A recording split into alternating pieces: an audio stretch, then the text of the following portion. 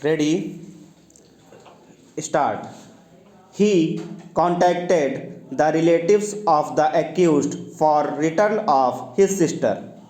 He did not lodge the report immediately as the honor of the family was involved. It was only after few days that when his sister did not return and there was no help from the relatives of the accused that he had made the complaint on 28th September 1989 to the superintendent of police, who marked the complaint to the circle officer, and the FIR was registered on 30th September 1989. The delay in registration of the FIR is thus reasonably explained.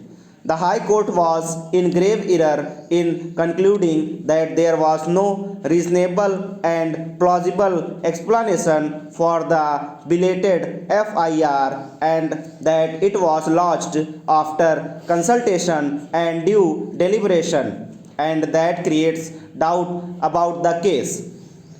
The High Court was not at all justified in taking a different view or conclusion from the trial court. The judgment of the High Court is vitiated by non consideration of the material evidence and relevant factors eloquently emerging from the prosecution witness evidence. The High Court, in a sketchy manner, reversed the judgment of the trial court without discussing the deposition of the witnesses as well as relevant points which were considered and touched upon by the trial court. The High Court has dealt with the matter with casual approach. The judgment of the High Court is not only cryptic and perfunctory, but it has also not taken into consideration the crucial evidence on record. On flimsy ground, the accused convicted of a serious crime of kidnapping and rape has been acquitted. There is no explanation of mind to the evidence of the prosecutrix at all. There is no proper consideration of the evidence by the High Court. The prosecution case in brief is this. On September 19, 1989, the prosecutrix had gone to relieve herself in the evening. Ram Kali followed her on the way. While she was returning and reached near the plot of one Vijay Bahadur, Chote Lal and Ramdas came from behind. A1 caught hold of her, and when she raised alarm, A1 showed firearm to her and gagged her mouth. A1 along with A2 and A3 brought the prosecutrix up to the road. There parted company with A1 and A2. A1 and A2 then took the prosecutrix to village Shahora.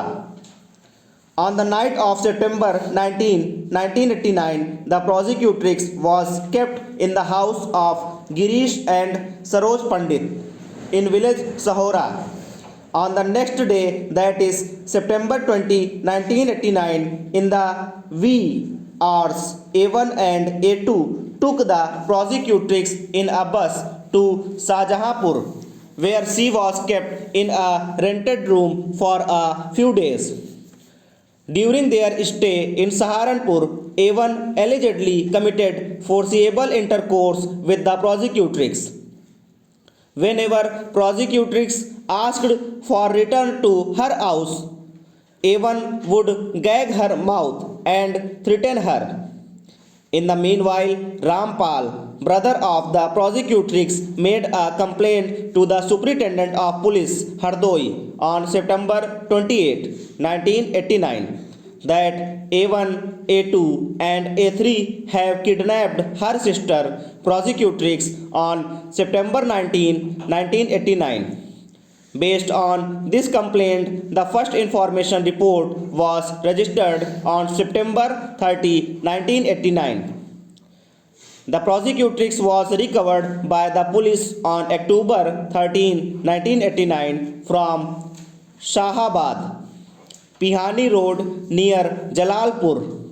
On that day itself, the prosecutrix was sent for the medical examination to the Women Hospital, Hardoi, where she was examined by Dr. Shakuntala Reddy. Ram Manohar Mishra, to whom the investigation of the case was entrusted, then took steps for determination of the age of the prosecutrix as advised by the doctor and sent her for X-ray examination on October 17, 1989. The prosecutrix was produced before the judicial magistrate, Hardoi, where her statement under section 164 CRPC was recorded by the judicial magistrate.